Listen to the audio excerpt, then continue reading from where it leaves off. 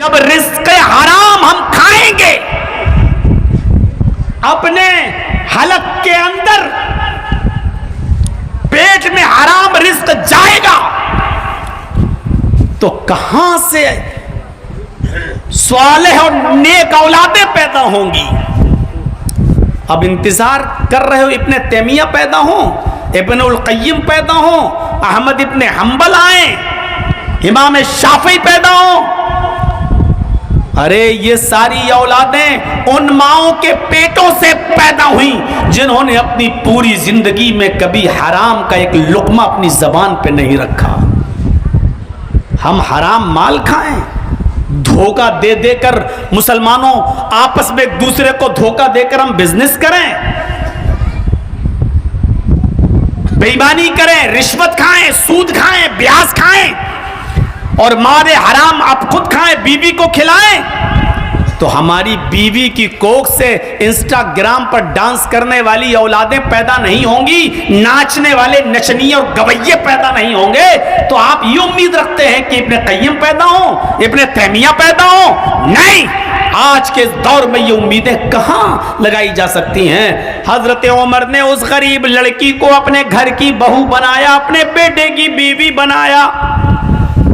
फिर आइए उसी हदीस पर, चार चीजें, दो चीजें बताई, लिमालिहा माल देखा जाता है, वली हस्ब हस्ब नसब देखा जाता है, वली जमालिहा कुछ लोग लड़की की खूबसूरती भी देखते हैं कि खूबसूरत कितनी है, खुद तो लंगूर हैं लेकिन बीवी हूर चाहिए। कुछ लोगों की चॉइस ये भी होती है कि लड़की खूबसूरत मिले। तीन चीजें। और चौथी चीज बताई अल्लाह के रसूल ने, और लड़की के अंदर क्या देखा जाता है, वलिदीनिहा दीनदारी भी देखी जाती है।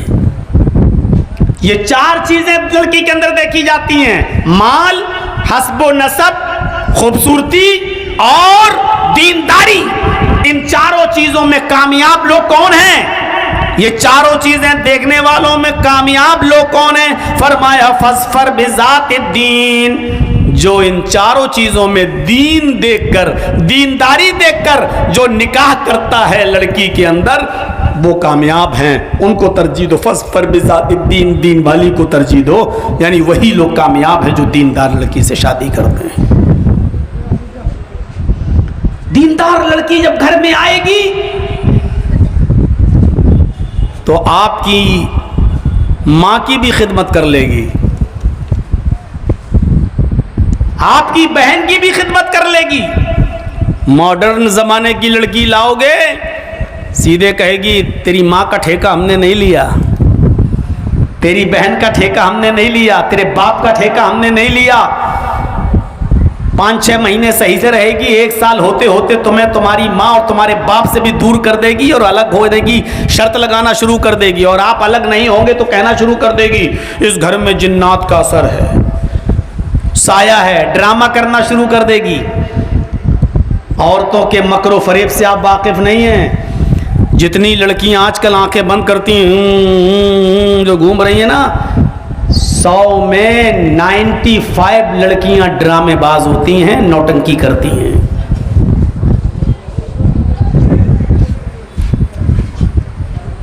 आप कहीं और शादी करना चाहते हैं, वो कहीं और शादी करना चाहती है, बस नौटंकी शुरू। मैं भुगत चुका हूं इस मंजर को।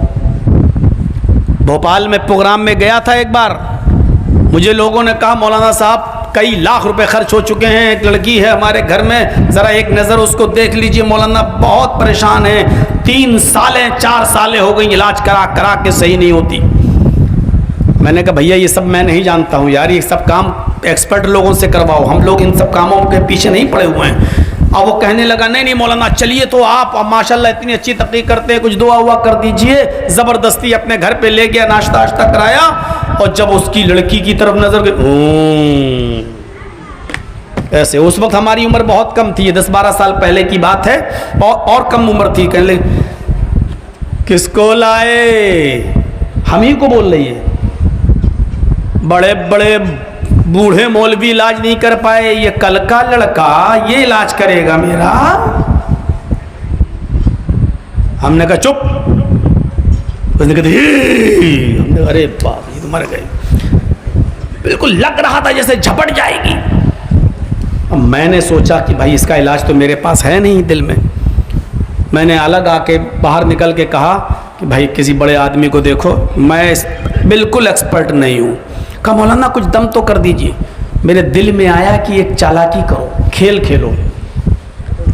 मैंने कहा रे इसके ऊपर तो बहुत बड़ा साया है, इतना बड़ा शैतान इसके अंदर घुसा हुआ है। हमने कहा ये तो ठीक हो जाएगी। कहा कैसे? जबकि मैं सिर्फ एक धूल में लाठी मार रहा हूं, मुझे कुछ पता नहीं है। मैंने कहा कि तेल गरम करो, सरसों का तेल लाओ। बोला कितना? हमने कहा एक लीटर। 1 लीटर तेल लाया और उसी लड़की के सामने स्टोव जलाया गया और उस पर रख दिया उसको उबलने के लिए, खोलने के लिए। खूब खोल गया तेल, बहुत ज्यादा। जब खोलने लगा और जोश मारने लगा, तब उस तेल को मैंने कटोरी में भरा ऐसे और उसको पकड़ा मैंने चिमटे से, और मैंने कहा उसके भाइयों से इस लड़की के दोनों हाथ पकड़ो और इसके दोनों पैर पकड़ो, और एक से कहा जो उसका रिश्तेदार लगता था, मैंने कहा इसका सर पकड़ो, ये तेल इसके कान में डालेंगे। क्यों?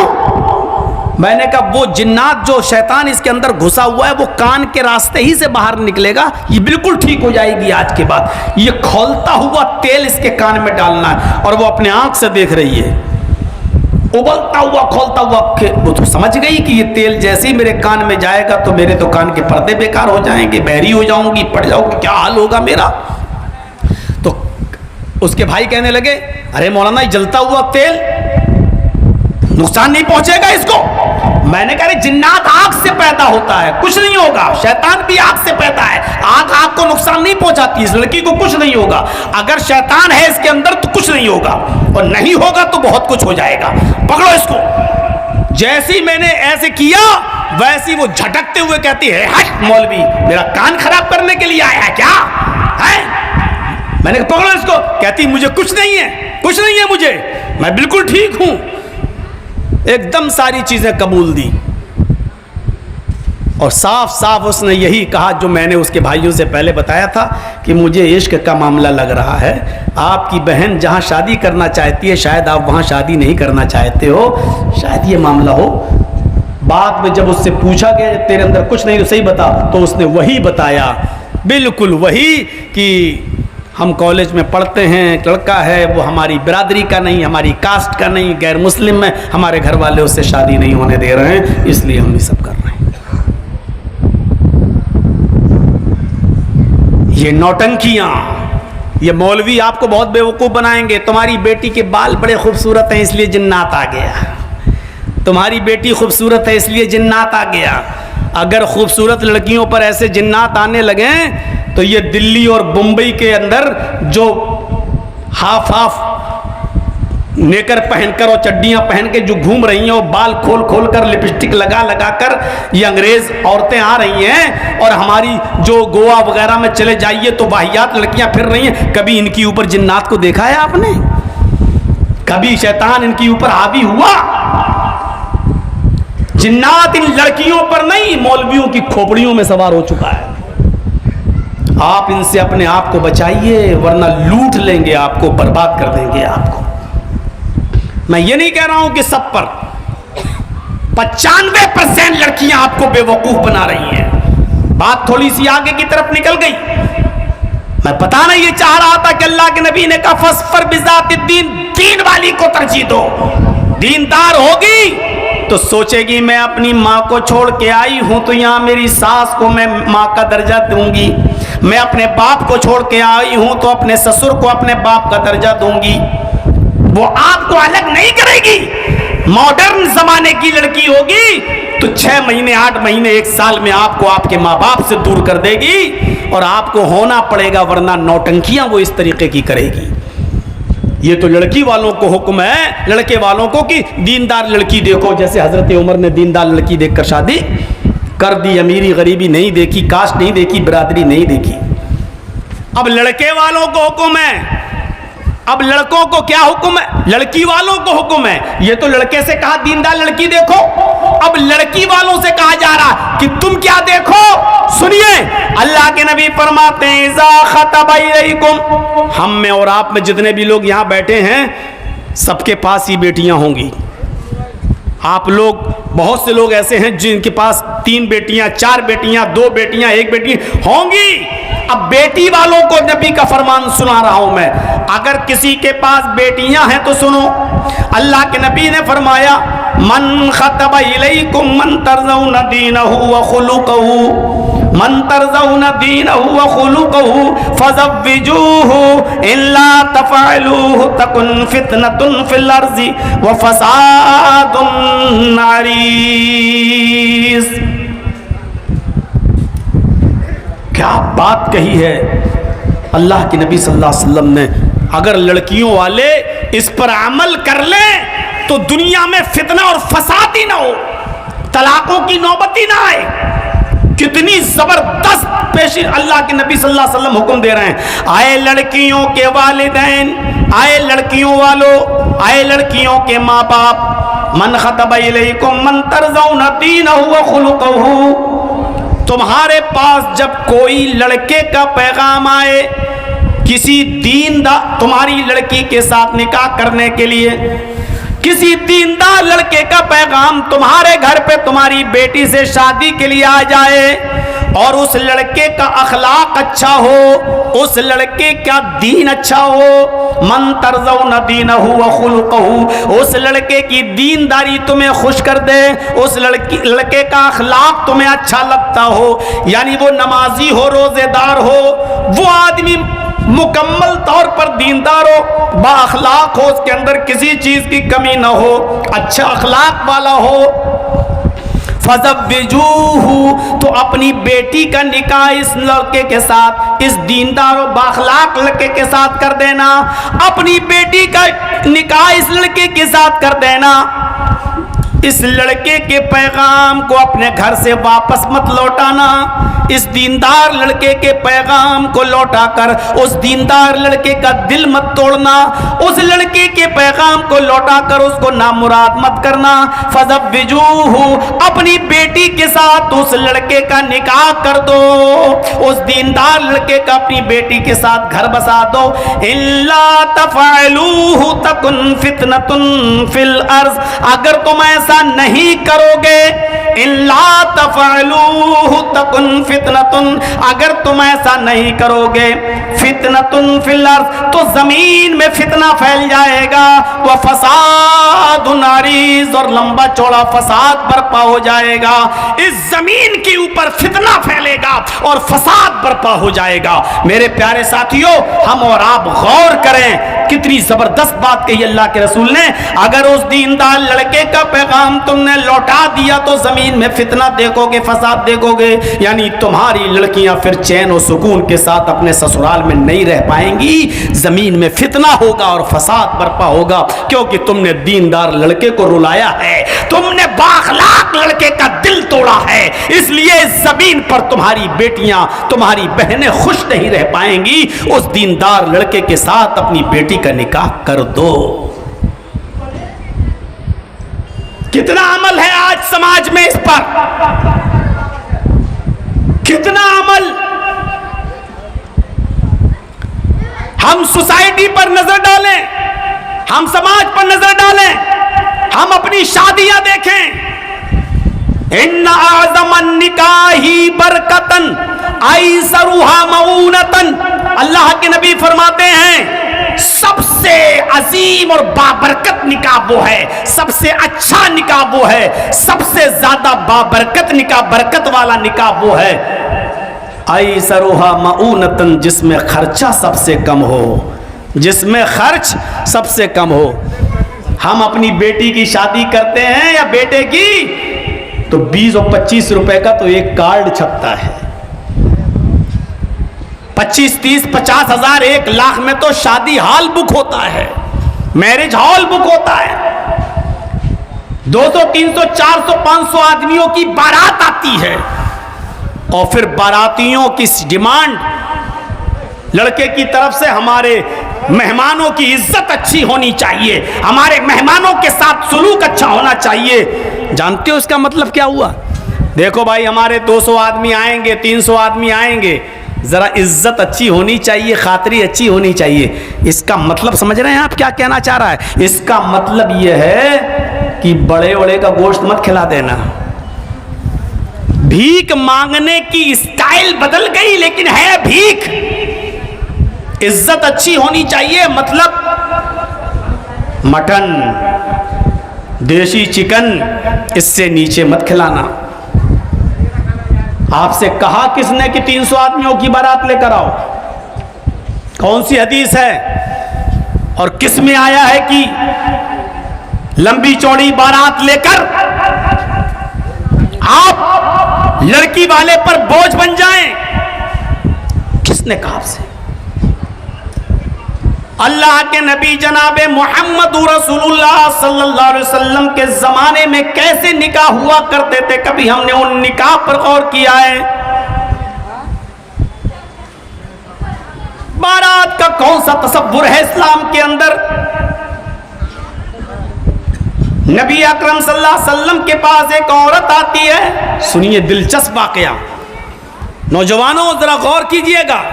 अल्लाह के नबी जनाबे मोहम्मद रसूलुल्लाह सल्लल्लाहु अलैहि वसल्लम के पास एक औरत आती है और आते ही कहती है, मैं अपने आप को हिबा कर रही हूं आपके लिए। अरे अल्लाह के रसूल, मैं अपने आप को हिबा कर रही हूं आपके लिए, मतलब समझ रहे हैं कि मैं आपके साथ शादी करना चाहती हूं, आप मेरे साथ निकाह कर लें। याद रखिएगा, इस लड़की के बाप का इंतकाल हो चुका था, इसका भाई भी नहीं था।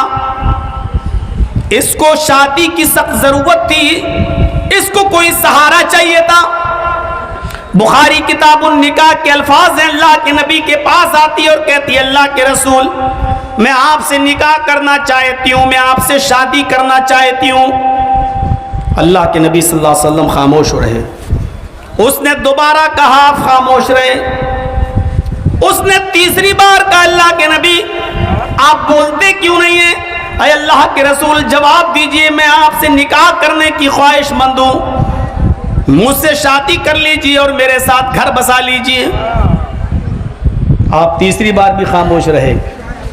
एक सहाबी वहीं बैठे थे। सुनिए नौजवानों, क्या शादी होती थी। एक सहाबी वहीं बैठे हैं, वो कह रहे हैं, अल्लाह के रसूल, ये आपसे बार बार कह रही है, आप जवाब दीजिए ना उसको। अगर आप शादी करना चाहें तो कर लीजिए, अच्छा है, बेहतर है। और अगर आप शादी नहीं करना चाहते हैं, अगर आपको जरूरत नहीं है अब और मजीद निकाह की, तो मेरे साथ शादी कर दीजिए। आज कोई कह के देख ले आदमी, कहीं कितना बड़ा बेहुदा है, देखो वो उससे कह रही शादी के लिए और बीच में ये टपक पड़ा। अरे अल्लाह के रसूल, अगर आप करना चाहें तो बेहतर है, वो आपके साथ करने आई है, और अगर आप नहीं करना चाहते हैं तो मेरे साथ शादी कर दीजिए, मैं तैयार हूं, मैं निकाह करना चाहता हूं, मुझे भी जरूरत है एक बीवी की। अल्लाह के नबी ने फरमाया, नहीं मैं तो नहीं कर सकता, लेकिन हाँ अगर तुम्हें ज़रूरत है, शादी करना चाहते हो, तो तुमने एक नज़र इसको देख लिया, इसने भी एक नज़र तुम्हें देख लिया। अब उस औरत से पूछा, बताओ मैं तो नहीं कर सकता, क्या तुम इसके साथ निकाह करने के लिए तैयार हो? क्या तुम इसके साथ शादी करोगी? क्या तुम्हें ये लड़का पसंद है? उस औरत को चूंकि ज़रूरत थी, घर बसाना था, इसलिए उसने कहा, आए अल्लाह के नबी, करना तो आपके साथ चाहती थी, लेकिन अगर आपको अब ज़रूरत नहीं है और करना नहीं चाहते हैं तो कोई बात नहीं, शादी तो ज़बरदस्ती नहीं ना होती है। अगर आप नहीं करना चाहते हैं तो कोई बात नहीं, अगर आप नहीं कर रहे हैं तो फिर इसके साथ मेरा निकाह कर दीजिए, मैं तैयार हूँ। अब जो चीज़ बताने वाली है वो बतला रहा हूँ, और सुनो साथियों, अल्लाह के रसूल ने कहा, औरत तो तैयार हो गई शादी के लिए, लेकिन ऐ नौजवान ये बता, अपनी बीवी को देगा क्या? महर क्या देगा? यानी लड़की से नहीं पूछा जा रहा है कि तेरे पास कुछ है देने को, लड़के से पूछा जा रहा है क्या दोगे? हल इंदका दैनुन, तुम्हारे पास मेहर देने को कुछ है? क्या दोगे तुम अपनी होने वाली बीवी को? तो उसका भी जवाब सुनो। उसने छूटते ही कहा, अल्लाह के रसूल, वो तो देने के लिए कुछ भी नहीं है मेरे पास, कुछ नहीं और शादी करना चाह रहा है।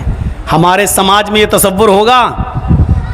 हमारे समाज में ये तसव्वुर होगा किसी के पास कुछ ना हो और शादी? कहा अल्लाह के रसूल, मा इंदी शैउन, मेरे पास कुछ नहीं है देने को। अल्लाह के रसूल ने उसको घर भेजा, पहले अपने घर जाओ। क्या, क्यों? कहा इल्तमिस, कोई चीज ढूंढो, इल्तमिस शैअन, कोई चीज मिल जाए देने के लिए, अगर घर में हो तो लाओ, उसको दे दो और उसको देकर वही मेहर बना दूं और तुम्हारा निकाह हो जाए यहां पर। वो सहाबी घर गए और घर से आने के बाद कहा, आय अल्लाह के नबी, मैंने घर में बहुत कुछ देखा, मां वजद तो शैअन, हमने अपने घर में कोई चीज नहीं पाई, यानी हमें घर में कोई चीज नहीं मिली। आय अल्लाह के नबी सल्लल्लाहु अलैहि वसल्लम, मेरे घर में कोई चीज नहीं है जो मैं इसको दे सकूं। लीजिए, कोई चीज नहीं। आपने उसको दोबारा घर भेजा और दोबारा घर भेजने के बाद उससे कहा, इल्तमिस खातमम मिनल हदीद, लोहे की अंगूठी ही मिल जाए तो वही ले आओ। लोहे की अंगूठी, सोने की नहीं, चांदी की नहीं, लोहे की अंगूठी अगर मिल जाए तो वही ले आओ, उसी को मेहर में दे दो, कुछ तो दो बीवी को। वो सहाबी दोबारा घर गए, हदीस के अल्फाज आए और कहा, मां वजद तो खातम मिनल हदीद, अय अल्लाह के रसूल, लोहे की अंगूठी भी नहीं मिली। सोच रहे हैं घर में कुछ नहीं है देने को और शादी करना चाह रहे हैं। हम और आप ऐसा कर सकते हैं? कितना आसान कर दिया अल्लाह के रसूल ने निकाह। कहा कि लोहे की अंगूठी भी नहीं है। आपने कहा बड़े अफसोस की बात है, कुछ नहीं है तो कैसे निकाह होगा? बीवी को तो मेहर देना पड़ेगा ना कुछ। कहने लगा, एक चीज है, अगर उससे काम चल जाए तो चला लीजिए। आपने कहा बताओ क्या है तुम्हारे पास? अब सुनोगे तो हंसी आएगी। कहता है, अल्लाह के रसूल, इंदी इजारुन, एक लुंगी है मेरे पास। लुंगी, तहमद। आपने कहा नई? कहा नहीं, नई कहाँ है, सोता हूं तो उसी को पहनकर सोता हूं। जब घर में मैं आराम करता हूं तो वो लुंगी पहनकर ही सोता हूं, वही एक लुंगी है। अगर आप उस लुंगी से काम चला सकते हैं तो बताइए। वो भी पूरी नहीं दूंगा, आधी दे दूंगा इसको।